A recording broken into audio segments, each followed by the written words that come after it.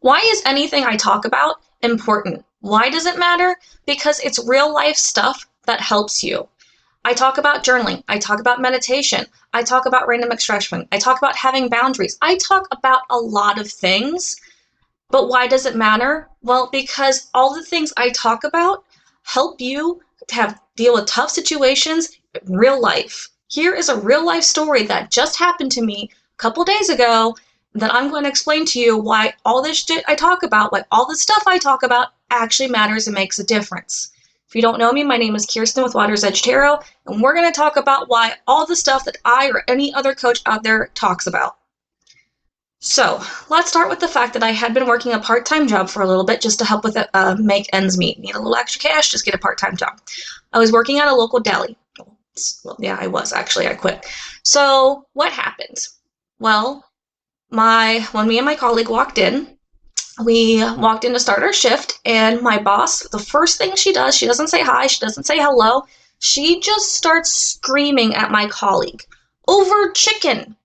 Chicken of all things. Now, yes, we fried chicken at our deli, and it's one of those things that we had a large order, but literally the thing that she was blowing up about would have only put her back 5 or 10 minutes, and the customer really wouldn't have cared about whether their chicken order is 5 to 10 minutes late with the amount of chicken that they were ordering. Trust me. So, yeah, she face was beet red, she was throwing things, she was screaming. I walked into the cooler, we have a big walk-in cooler, and she just slams the doors open. And all of this just sets me into a trauma response. I'm a survivor of abuse. I'm not going to get into what type of abuse, but know that it did have to do with physical, mental, emotional, and verbal. So with that being said, this is one of those things that this was extremely triggering for me, hardcore triggering for me. As I'm around all this, first off, I have a clarity to understand that I'm making a decision. I had the decision to stay or to walk out. I chose to stay. I made a definitive decision to stay. Why? Because I knew if I walked out, it was going to screw my friend over, and it was going to make his day even 10 times worse because I was going to leave him all alone with everything and all the responsibilities of the day in the deli, which wouldn't be fair. B, I'm not going to lie, it was a holiday, so time and a half sounded kind of nice. So, A, I made the decision to stay.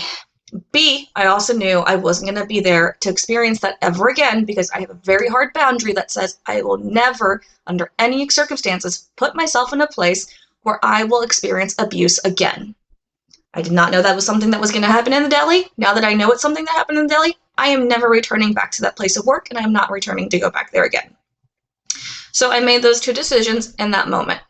Also in that moment, because I chose to stay in the place where I was having the traumatic response and I was having such an intense trigger, I had to start breathing through the fact that I was very alert and aware, and I was in flight or fight mode. Yes, I was in flight or fight mode for the whole entire time that she still finished her shift. I had to work 2 hours with her in flight or fight mode. Realistically, it was not fun. I had adrenaline surging through me. I was very alert, very aware. I was, doing my old school common deflection of trying to just make people smile and make people happy, because if I can do that, then I can control the panic that I have inside.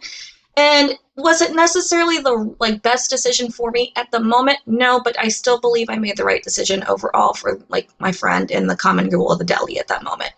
So yes, I stayed. And then after she left, I had the adrenaline drop and I went straight into my first panic attack in years. Not my first panic attack ever, my first panic attack in years. I don't even remember the last time I actually had a panic attack. I'm pretty sure it was over 10 years ago. So that was fun to be working in at the customer service area, doing deli, serving people their, cheese, their meats, their salads, whatever it is that they're getting from the deli, and also trying to keep myself calm as I'm working through a panic attack. Now, why was I able to do this? Because I've done enough meditation, I've done enough breath work, I knew exactly what I needed to do in the moment to keep myself calm. And if it got too intense, I would excuse myself and go into the cooler. We have a big walk-in cooler, and I would just breathe. I'd put my hands behind my back and I would breathe, and I'd get myself back under control. Once I got done with that, I started to work on regulating myself. Now, yes, I can't journal in the moment. I can't sit in a calm state in the moment, but I did know how to regulate my emotions and work through this stuff because I've journaled about it enough, I've written about it, I've worked through this, and I've talked about it. And because I've journaled and talked about this with other people already, I was actually able to communicate with my friend after the threat was away. He asked me if I was okay, and I was like, no, I'm not okay. I just had a panic attack. I'm okay, though, in the sense of I know how to handle myself. I know how to regulate myself. Go ahead and continue to go about what you need to do. Don't worry about me. I can handle this. I'll be okay. So was I okay? No. And I stated I wasn't okay, but I told him that I was going to be okay in the sense of the fact that I knew how to handle and regulate and manage everything that was happening in the moment. Go on a little further on the shift, and I decide I'm going to talk to my boss about what happened. Deli finally slows down. I have a free moment to go talk to my boss. I go talk to my boss. Feeling like I was regulated in the moment, I start crying in front of my boss. Not my proudest moment, but you know what? When you have to cry, you have to cry. There's no problem with crying. Crying's healing. It's important. But here's the thing. Crying in front of someone used to also send me in a panic. It doesn't anymore. I knew I was safe. I knew I could cry. I cried and I explained the situation and I told him exactly what happened. And I told him, I was like, I'm not sure if today's my last day or if I'm going to put my 2 weeks notice in. Honestly, once I had a clear head and I left the place, I realized that that was my last day, but follow through with me. So as the day goes on, I keep experiencing different things. I keep experiencing I had more panic, I had more anxiety, I had, different things where I had to control the levels of my energy because literally this was such a traumatic response that I was reliving something I haven't had to live in years. And it was just overwhelming for me. So when I get home, I talk to my husband, I tell him what happened, we make an agreement about the fact that I don't need to be in that place, and I decided that, it's my last day, and that's okay. So then I go to bed because at this point we had dinner and I needed sleep, and I literally just needed to sleep off the day. I did important things though. I made decisions not to numb my pain with substances. I made decisions not to get so distracted into distractions like video games, mainly video games, that's my form of distraction, that I would keep myself up to not have to experience it in my dreams because that's typically what happens.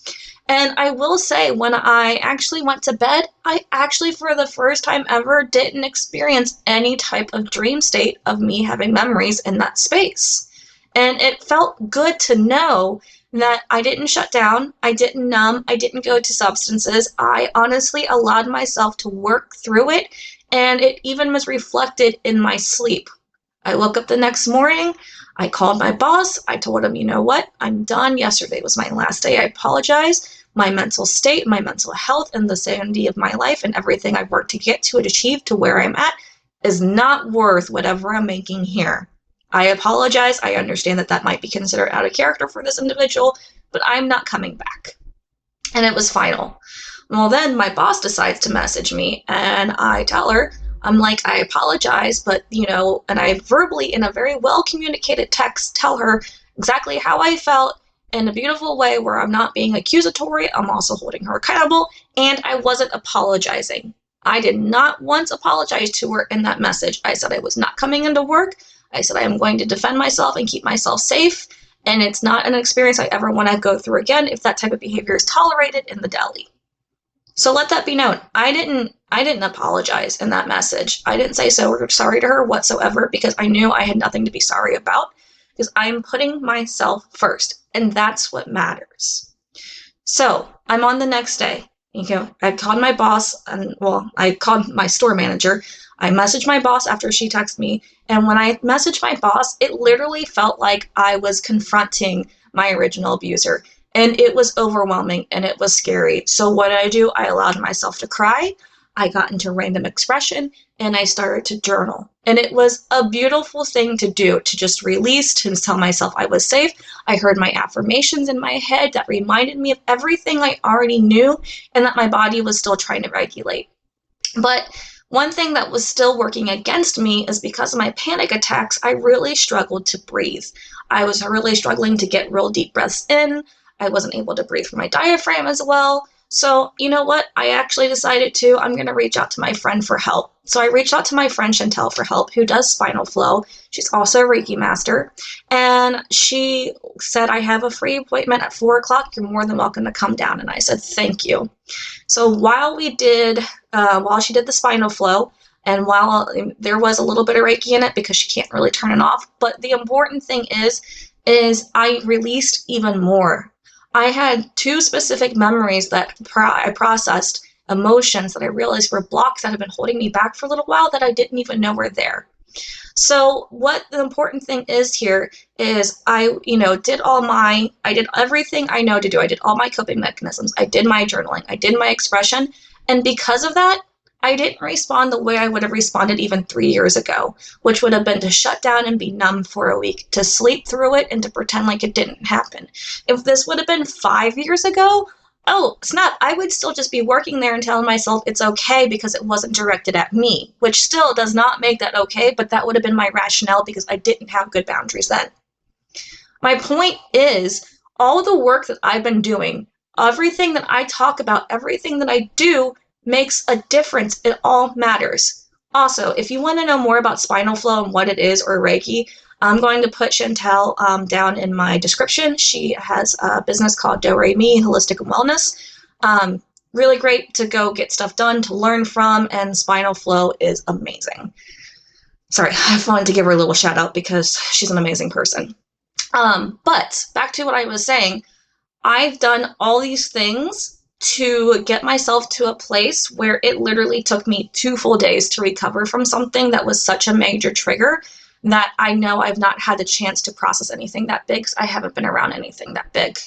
I haven't been in a place where my actual physical, sense of physical safety felt threatened. And that was the first time in a long time that I felt unsafe in my environment and that I would be physically assaulted in some way. Even though the verbal assault had nothing to do with me, it was still enough that it was bad. So why do I talk about this? Because it makes a difference. Why do I preach about this? Why do I keep making video after video after video? Because I'm living this, I'm using these tools, and I'm doing it because I want to be in control of my life. I want my life to be the way I want it to be. I want my life to be about me. I don't want my life to be a reactionary thing where I just live by the outside circumstances that happen around me. That's not how I want to live. I want to live my truth. I want to live by my rules, and I want to live my way. I'm not hurting other people, and I'm not hurting myself, so everything that I'm stating is okay. Honestly. So, why do we talk about these things? Because they work. Why do we talk about these things? Because when life happens and there's a curveball thrown at you, you can handle it. You can manage it in a calm way that makes a difference for you, in a way that's not going to just ruin your week, month, year even. You can respond in a healthy way. I have the boundaries set in place so hard that I know that I am never going to go back to that store. I'm not even going to shop there anymore. Why? Because I know I'm still going to see that person, and I don't want to see that person right now. I might go back in a couple months, but right now I'm not trying to go back to that store. I'm not, and that's okay, because that's what I need to do for me, and that's what I need to do to keep me safe and sane, and that's what matters. So, why do we talk about this stuff? Because this stuff helps, it makes a difference, and I utilize these same tools that I talk to you about over and over again to make my life better, so that way I can live this the way I want to, by the means that I want to, in a way that is perfect and happy for me. And I want you to be able to do the same thing. That is all I have for this video. If you want any private coaching, if you want to talk to me, go ahead. There's a link in the description below, or leave a comment if you have a similar story and you just want to share. This is an open and safe space. Again, if you have questions about spinal flow or want to reach out to my friend Chantelle, she will also have a link in the description below. That's all I got for now. Thank you, and I hope you have a good day.